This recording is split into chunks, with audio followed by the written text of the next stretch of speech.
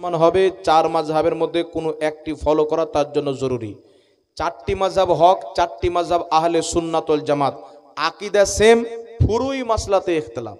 করে নামাজের তরিকা হালকা আলাদা, করে হয়তো আর কিছুর তরিকা হালকা আলাদা, কিন্তু আকীদা সবারই এক। আর যারা হচ্ছে আপনার দেওবন্দি, যারা হচ্ছে তবলিগি, যারা জামাতে ইসলামী, যারা গায়ের মুকাল্লিদ, ওয়াহাবি, আহলে হাদিস যারা বলে, এরা কোনো মাযহাবের মধ্যে পড়ে না, এরা মুসলমানই নয়। এখন আপনাকে বলতে চাই, যদি কোনো ব্যক্তি বলে আল্লাহ মিথ্যা বলতে পারে, মুসলমান থাকবে? এই জোরে বলেন, থাকবে? নবীর জ্ঞান চাইতে শয়তানের জ্ঞান বেশি, ঈমান আছে? বার নবীকে যেমন জ্ঞান আছে তেমন পশু পাখিকেও আছে। নবী পাক সাল্লাল্লাহু আলাইহি সাল্লামকে পিঠ পিছনের খবর নাই। রাসূল সাল্লাল্লাহু আলাইহি সাল্লামের পরেও নতুন নবী জন্ম নিতে পারে, উম্মতি আমল করে নবীর চাইতে বড় হতে পারে। এই সব হচ্ছে ওয়াহাবিদের আকীদা। ওদের কিতাবে লেখা আছে, কিতাব আমরা সব সময় সাথে রাখি। তাই বেটা মুনাজারাতে বসতে চাই না, জানে যে আমাদের বাপ দাদা যেগুলো লিখেছে ওই পাটরি খুলবে। এইগুলো কুফরি আকীদা লেখার কারণে আরবের উলামায়ে কেরাম, ভারতের উলামায়ে কেরাম সবাই মিলে তাদের উপরে কাফিরের ফতোয়া দিয়েছেন। আশরাফ আলী থানভী, রশিদ আহমদ গাঙ্গোহী, কাসিম নানতাবী, খলিল আহমদ আম্বেঠি এদের উপরে কুফরির ফতোয়া দিয়ে বলেছেন, মান শাক্কা ফি কুফরিহি ওয়া আযাবিহি ফাকাদ কাফার। এই চারজন ব্যক্তি কাফির। এদের কাফির হওয়াতে যারা সন্দেহ করবে, এদের কুফরি ইবারতকে জানার পর তারাও কাফির হবে। কথা বুঝতে পেরেছেন বাবা? এই জন্য গায়ের মুকাল্লিদ, দেওবন্দি, ওয়াহাবি, আহলে হাদিস এরা মাযহাব, চারটি মাযহাবের মধ্যে কোনো মাযহাবকে মানে না। এদের হুকুম কি? এদের হুকুম হচ্ছে ইমাম সাবি রাহমাতুল্লাহ আলাইহি তাফসিরে সাবির মধ্যে লিখতেছেন, হানাফি, শাফি, মালিকি, হাম্বলি চার মাযহাব হলো আহলে সুন্নাত ওয়াল জামাত। যারা চার মাযহাবকে মানে না, যতই কোরআন পড়ে দলিল দেখ, সহিহ হাদিস দিয়ে দলিল দেখ, সাহাবার উক্তি দিয়ে দলিল দেখ, তারা হচ্ছে পথভ্রষ্ট এবং পথভ্রষ্টকারী। তারা দল্লুন এবং মুদিল্লুন, তারা গুমরা এবং গুমরাকারী। সুতরাং চার মাযহাব বাদে বাকি সমস্ত ফিরকা গুমরাহি, 72 জাহান্নামী ফিরকা। বুঝতে পেরেছেন? কথা বুঝছেন?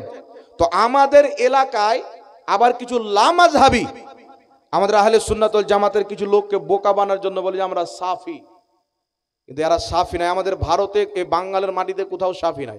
কেরলে কিছু কিছু পাওয়া যায়, হাম্বালি এগুলো মিশরে পাওয়া যায়, বিভিন্ন দেশে পাওয়া যায়। যেমন তুর্কি পুরো সুন্নিদের দেশ, আর সবাই সাফি মাযহাবের। কথা বুঝতে পারছেন?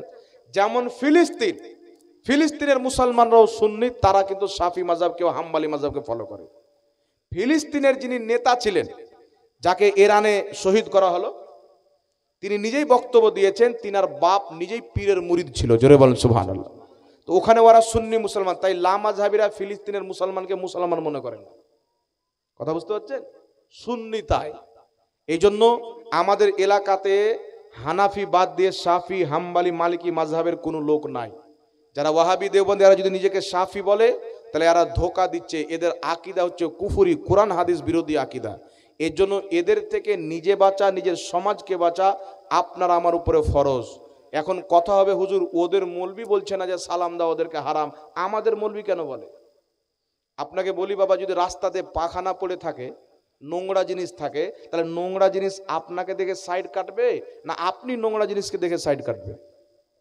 জি, তো এরা হচ্ছে নাপাক, নোংরা জিনিস। এ আপনাকে দেখে সরবে না, আপনাকে সরতে হবে। আপনার দোকানে যদি সোনা থাকে, তো চোর তালা মারবে না আপনি তালা মারবেন? কথা বলেন। আপনার দোকানে সোনা আছে, তো চোর তালা মারবে না আপনি মারবেন? চোর তো চাইবে যে তালা খুলে রাখো, কাজটা শর্টকাটে হবে। তো এরা হলো ইমানের চোর, আপনি হচ্ছেন ইমানদার। আপনাকে আপনার ইমান বাঁচাতে হবে। তাই ওদের থেকে আপনাকে দূরে থাকতে হবে। না বেটির বিয়ে দেওয়া যাবে, না তাদের বেটি নেওয়া যাবে, না তাদের সাথে সালাম কালাম করা যাবে। সুনা জঙ্গল রাত আঁধেরি, ছাই বদলি কালি হে, সোনে वालो জাগতে রহিও, চোরো কি রখওয়ালি হে। অন্ধকার রাত, 72 ফিরকা চতুর সাইডে সুন্নিকে ঘিরে আছে ইমান নষ্ট করার জন্য। আল্লাহ হযরত বলছেন, জাগতে থাকো যেন তোমার ইমান না কাটতে পারে। তারপর আরেকটি মাসলা জিজ্ঞাসা করা হয়েছে, একটু চটচট করে বলে দিন।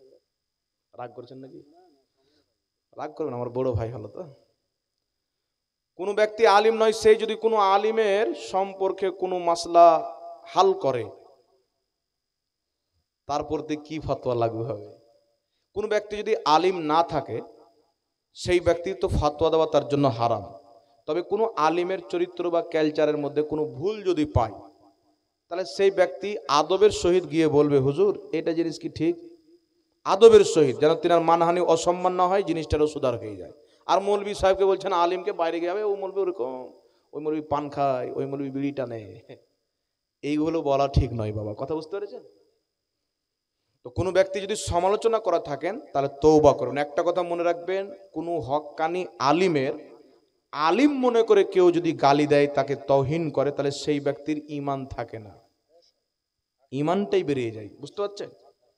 এই জন্য আলিম না হয়েছেন, আলিমের সম্মান করবেন। আলিমের মধ্যেও ভুল হতে পারে।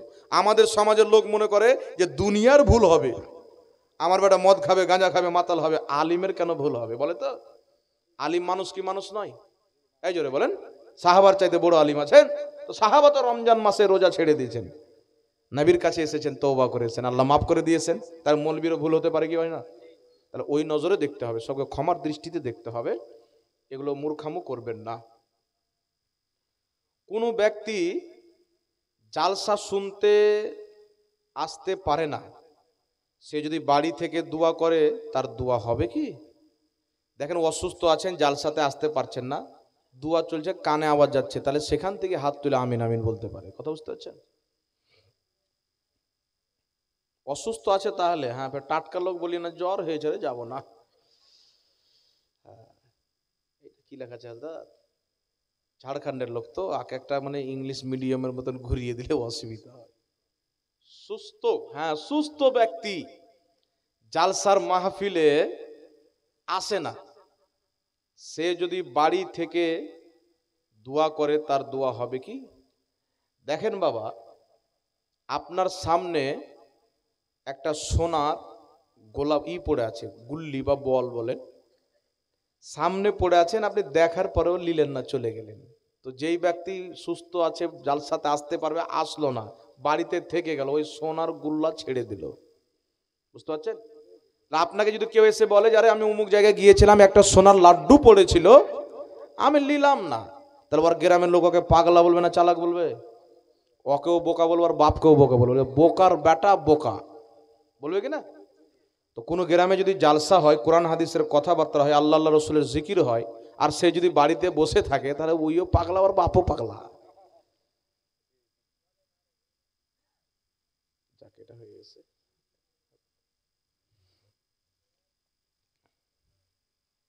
কোনো আলিম জমার খুতবা দিতে পারে না, পারে কিনা? এটা কি সে কোরআন ঠিক অত পড়তে পারে না? গায়ের আলিম জুমার খুতবা দিতে পারে। আচ্ছা, যে ব্যক্তি আলিম নয়, সে জুমার খুতবা দিতে পারবে কি পারবে না? প্রথম কথা, যদি কোনো আলিম থাকে, তাহলে তার খুতবা দেওয়াই চলবে না। কোনো আলিম নাই, কিন্তু সেই গ্রামে জুমা ফরজ বা ওয়াজিব আছে, জুমার নামাজ পড়তে হবে, তাহলে ওই ব্যক্তি দাঁড়াবে, যদি তার কেরাত শুদ্ধ না হয়, পড়তে জানে, তাহলে সেই ব্যক্তি খুতবা দিতে পারবে, ইমামতিও করতে পারবে। সেখানে যদি আলিম না থাকে, জুমা যদি ফরজ থাকে, কথা বুঝতে পেরেছেন? আর আলিম আছে আর ও গিয়ে খুতবা দিচ্ছে, তাহলে এটা বল, তার খুতবা চলবে না, তার পিছনে নামাজও চলবে না, আলিম নামাজ পড়া। কোন মসজিদের আলিমকে, এটা কি গো, একটু ঠিক করে লিখবেন, বেশি ঘোরাবেন না, সোজা রাখবেন। এক জামাতের আলিম জাহিল ও পাগল বলে থাকে, তাকে কি বলা যাবে? আচ্ছা, কোন জামাতের আলিমকে আরেক জামাতের আলিম পাগল এবং জাহিল বলেছে, তাহলে তাকে কি বলা যাবে?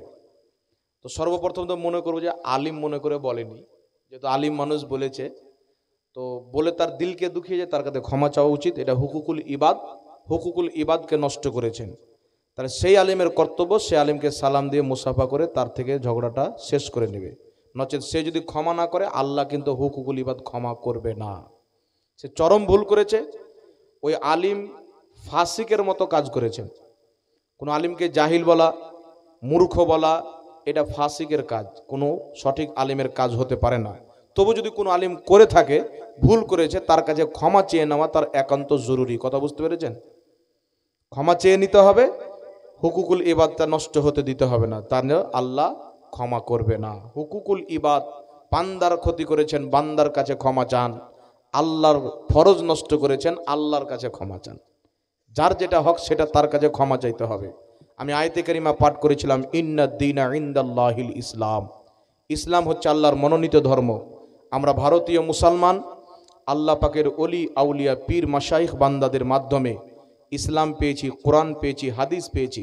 আমাদের পূর্বপুরুষে জানি না কেউ মূর্তি পূজাতে লিপ্ত ছিল, কেউ কত রকমের পূজা করেছেন। আল্লাহ তাদের মাধ্যমে আমাদেরকে সহি বুঝ দান করেছেন, হেদায়েত দান করেছেন। এই জন্য আল্লাহ বলেছেন, যারা আমার অলি আউলিয়াকে মানবে না আমি আল্লাহ তার সাথে যুদ্ধ ঘোষণা করলাম, বুখারীর হাদিস। তো আল্লাহ এটা আমাদেরকে নসিব করেছেন যে খাজা মঈনুদ্দিন চিশতির মতন একজন আল্লাহর অলি আমাদের জামাতে আল্লাহ দান করেছেন, গস পাক দান করেছেন। আর খাস করে কালিয়াচকের মানুষ অনেক রকম পীর সাহেবের বরকত এই এলাকার মধ্যে আছে। আল্লাহ পাক সকলের ইমানকে হেফাজত করুক। তবে একটা কথা মনে রাখবেন যে পীরের হাতে মুরিদ হয়ে গেলাম তো জান্নাতি হয়ে গেলাম, এই ধারণাটা কোনোদিন রাখবেন না।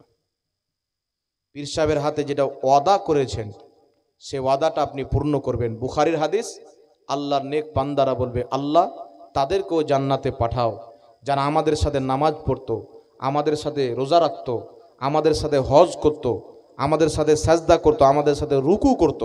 তাহলে বোঝা গেল পীর সাহেবের হাতে মুরিদ হয়ে পীর সাহেবের কথাগুলির উপরে আমল করতে হবে, নামাজও পড়তে হবে, রোজাও রাখতে হবে, তাহলে পীর সাহেব জান্নাতে নিয়ে যাবে। কথা বুঝতে পেরেছেন? এই আমার কথা বুঝতে পারছেন আপনারা? আর পীরের হাতে মুরিদ হয়ে গেল, জান্নাতি হলো, কি করবো নামাজ? এক জায়গাতে আপনাদের এলাকাতে বলেছিল, একজন এসে বলছে, হুজুর আমাদের এলাকায় একটা লোক বলছে যে সিলসিলাতে দাখিল হয়ে গেলি জান্নাতি হয়ে গেল।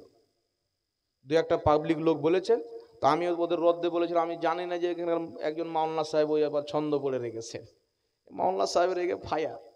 একজন আমাকে পাঠাচ্ছেন, হুজুর আপনার ব্যাপারে এই বলেছে, আমার দরকার নাই, মাওলানা সাহেব ভুল বুঝেছে তাই বলেছে। এবার আমিও যদি বলি তাহলে আমাদের মধ্যেই ঠেলাঠেলি চালু হবে না, কি বলেন বাবা? আমি ক্ষমা করে দিয়েছি, কোনো অসুবিধা নাই। কোনো আলিম যদি আমার থেকে দুঃখ পায় আমি আগে বেড়ে তাকে সালাম করে ক্ষমা চেয়ে নিই। যদি আমি জানি যে আলিমটা আমাকে গালি দিয়েছে, ওকে আমি আগে গিয়ে সালাম করব। আমি যখন সালাম করে দেবো তখন তার মধ্যে আর দুঃখ থাকবে না। আর রাসূল পাক বলেছেন, একজনে অপরের উপরে যদি নারাজ থাকে, যেই ব্যক্তি আগে গিয়ে মোলাকাত করে নেবে আল্লাহ তার আগেই মাগফিরাত করে দিবে। জোরে বলেন সুবহানাল্লাহ। আল্লাহ বুঝার তৌফিক দান করুক। আপনাদের সম্মুখে আমার ভাই হযরত মাওলানা